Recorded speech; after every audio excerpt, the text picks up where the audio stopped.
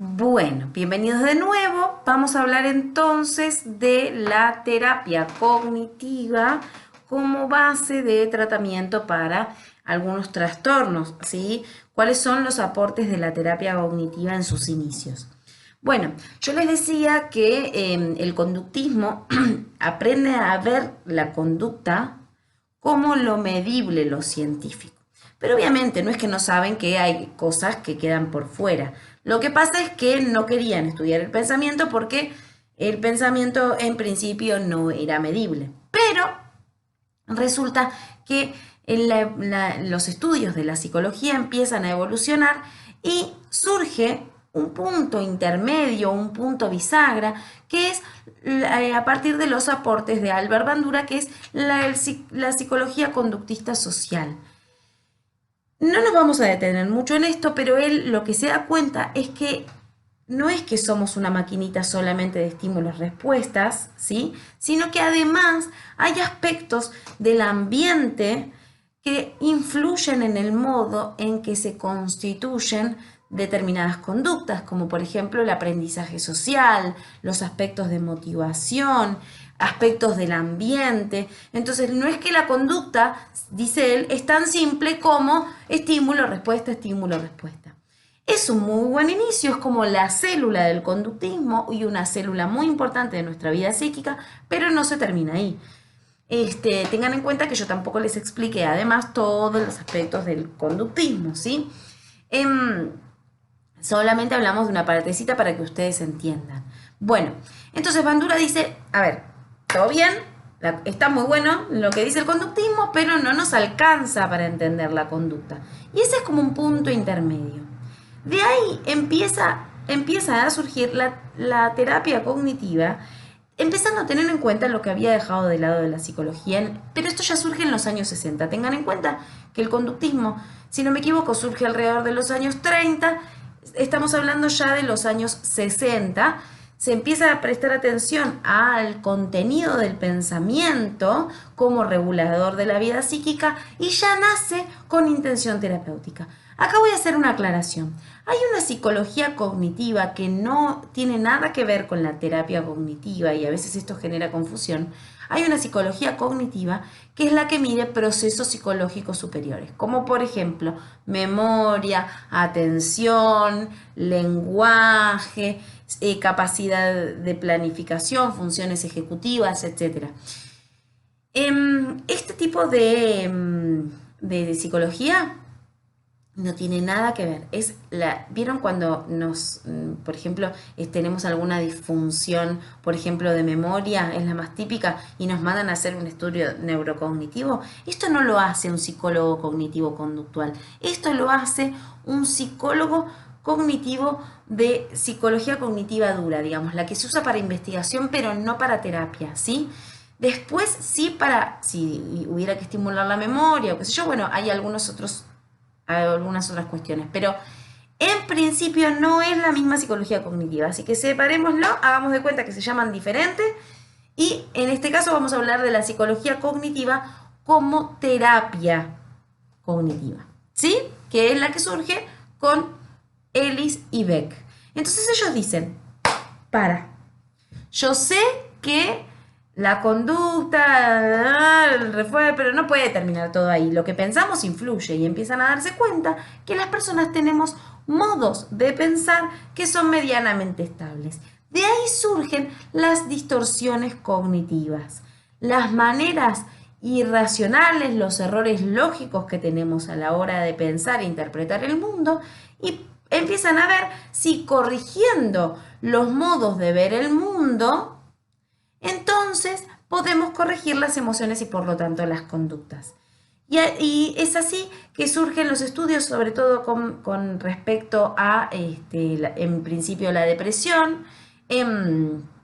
Entonces empiezan a hacer modificaciones en el modo de pensar de las personas que tienen depresión, en pensamientos como nadie me quiere, todo es una porquería, me voy a morir solo, yo quisiera poder hacer pero no puedo, nunca voy a poder, lo que pasa es que soy un vago, soy un tonto, no puedo con esto, yo tendría que caminar, tendría que trabajar, tendría que ir a hacerme un chequeo, tendría que no sé qué, o ay, me voy a morir de algo grave, yo estoy seguro porque, mirá, tengo taquicardia o me duele la panza o no puedo dormir, seguro tengo algo grave.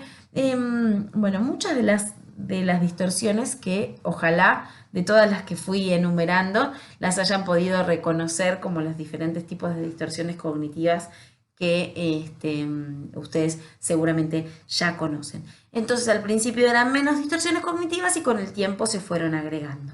Y lo que se hace en la terapia cognitiva es tomar el pensamiento, analizarlo, evaluar si tiene cierta validez de racionalidad y si no, se modifica ese pensamiento.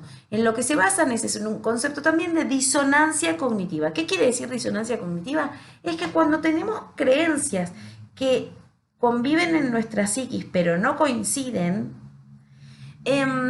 sentimos como una especie de incomodidad que nos lleva a modificar algún tipo de pensamiento. Por ejemplo, si yo pienso que nadie me quiere, pero al mismo tiempo digo, me siento culpable porque mis hijos hacen todo por mí y yo no me puedo ocupar de ellos en este momento, decir, pero ¿cómo? ¿Tus hijos te quieren o no te quieren? Porque si nadie te quiere, tus hijos no te quieren. Ahora, si vos te sentís culpable porque tus hijos te quieren y te están cuidando, ¿cómo es la cuestión?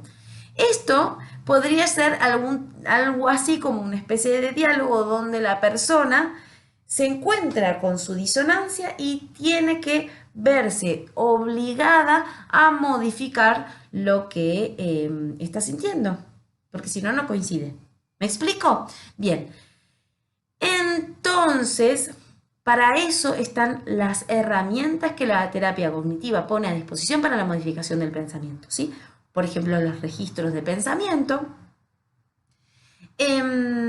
Por ejemplo, en el contexto de la terapia lo que utiliza es algo que se llama diálogo socrático, que no es algo que inventan, viene de la filosofía de Sócrates. Se inicia, no voy a hacerla larga, pero se inicia con la mayéutica, que es el arte de parir ideas, y entonces descubren que con las preguntas podemos ir descubriendo los conocimientos que ya están en nuestro interior. Es las preguntas sobre todo que sirven como para llegar a nuevas conclusiones que no sabíamos que teníamos, algo así. Bien, entonces el terapeuta, en principio, que es quien va a llevar adelante ese diálogo socrático, va a ir acompañando con preguntas para ir ayudando a reconocer las disonancias cognitivas. Otro componente muy importante de la terapia cognitiva es la psicoeducación, es explicar acerca de cuáles son las características y las causas habituales, etcétera, de cada trastorno o malestar. Y a través del conocimiento de lo que pasa y por qué pasa y los mecanismos, la persona se empieza a apropiar y empieza a poder modificar lo que le pasa, ¿sí? Este es un componente que en la red Sanar lo conocemos muy bien porque es nuclear de la red Sanar.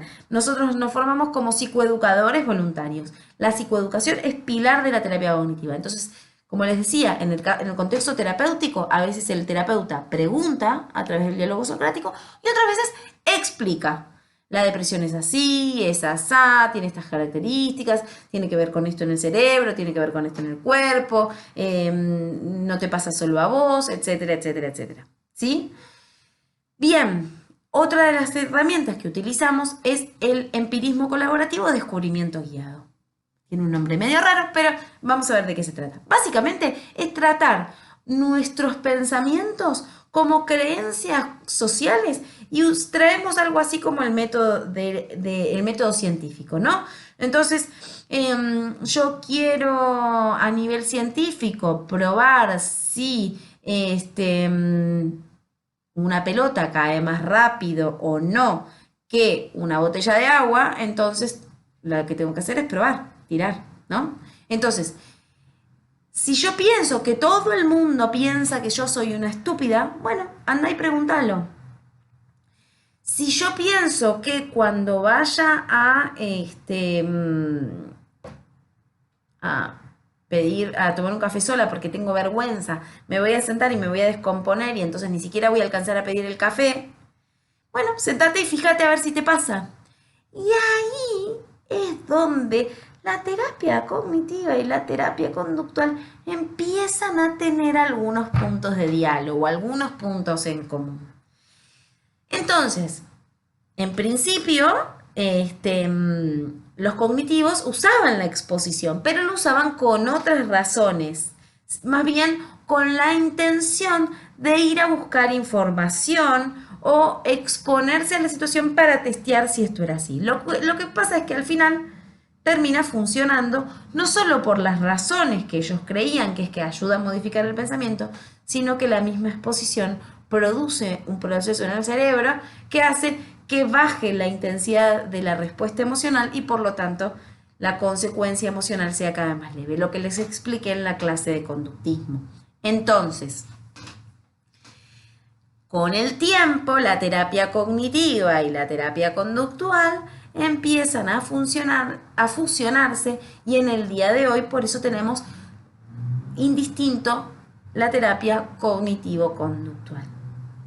Ni hablar que la terapia cognitivo-conductual con el tiempo ha evolucionado. Nosotros estamos hablando de las bases de la terapia cognitiva, ¿no? Esta cuestión de que la modificación de las creencias irracionales, la modificación del pensamiento, hace que modifiquemos nuestros modos de sentir y nuestros modos de actuar y entonces se van dando modificaciones en nuestra vida cotidiana que van haciendo, por ejemplo, que la persona vaya saliendo de la depresión, ¿sí? Pero primero se busca cambiar el pensamiento. Esos son los fundamentos de la terapia cognitiva, la modificación del pensamiento. ¿Cómo? Cuestionándolo, testeándolo con el mundo externo o aprendiendo cosas de manera formal como con la psicoeducación. ¿Me expliqué? Es más fácil de entender porque primero que es más afín a los contenidos que ya vemos en la red sanal y segundo que es como más intuitivo, ¿sí? Algo que no les mencioné, pero seguramente lo vieron, es que la terapia cognitiva se basa en este concepto de que emoción, pensamiento y acción se encuentran relacionados y entonces lo que hacemos es, al modificar uno, modificamos el otro. Por eso toma el aspecto del pensamiento para modificar la conducta y la emoción. Hace hincapié sobre el pensamiento. ¿Me expliqué? Espero que sí, espero que lo hayan entendido.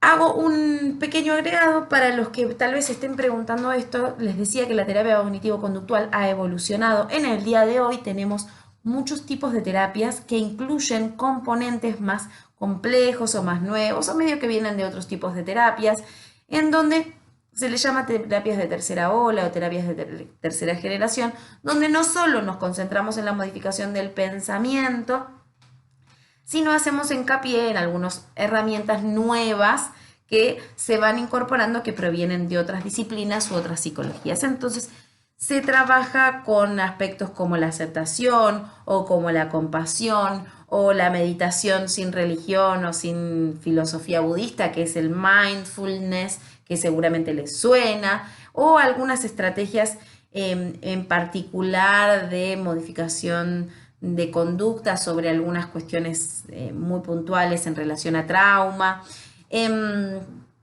Pero básicamente anclamos sobre estas cuestiones y vamos ampliando el repertorio de herramientas, así como hacemos con los pacientes, pero siempre la base es la misma, la modificación del pensamiento y la modificación de la conducta. Últimamente estamos haciendo más hincapié en las cuestiones más de las emociones y hablamos de cosas como inteligencia emocional, alfabetización de las emociones, aceptación de las emociones, validación emocional, en mindfulness como modo como de relacionarnos con nuestra vida psíquica sin juzgar, la aceptación de nuestra vida psíquica tal como es, que esto tiene que ver con aspectos también de darle importancia a las emociones. Es como que con la terapia cognitivo-conductual más duras, las emociones habían quedado medio de lado, eran como se modificaban secundariamente. Y poco a poco la terapia cognitiva-conductual ha evolucionado hacia integrar un poco a las emociones que habían quedado como un poco relegadas, como que nadie se quería meter con ellas porque eran las más difíciles de entender.